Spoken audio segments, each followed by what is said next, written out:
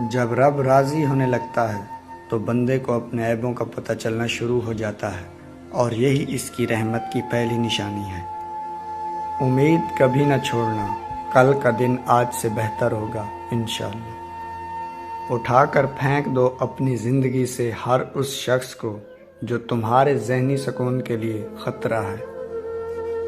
اکیلے ہونے کی سب سے اچھی بات یہ ہے کہ جب تم پریشان ہوتے ہو تو تمہیں سننے والا صرف اللہ ہوتا ہے۔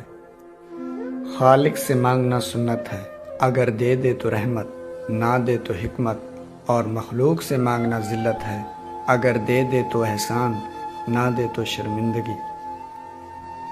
وقت سب کو ملتا ہے زندگی بدلنے کے لیے، مگر زندگی دوبارہ نہیں ملتی وقت کو بدلنے کے لیے۔ بات بات پر رونے والے اور بات بات پر ہنسنے لگ جائیں تو ان جیسا مضبوط کوئی نہیں ہوتا، اور نہ کوئی انہیں ہرا سکتا ہے۔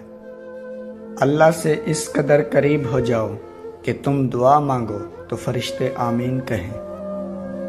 وقت اچھا ہو یا برا گزر ہی جاتا ہے، مگر باتیں اور لوگ ہمیشہ یاد رہتے ہیں۔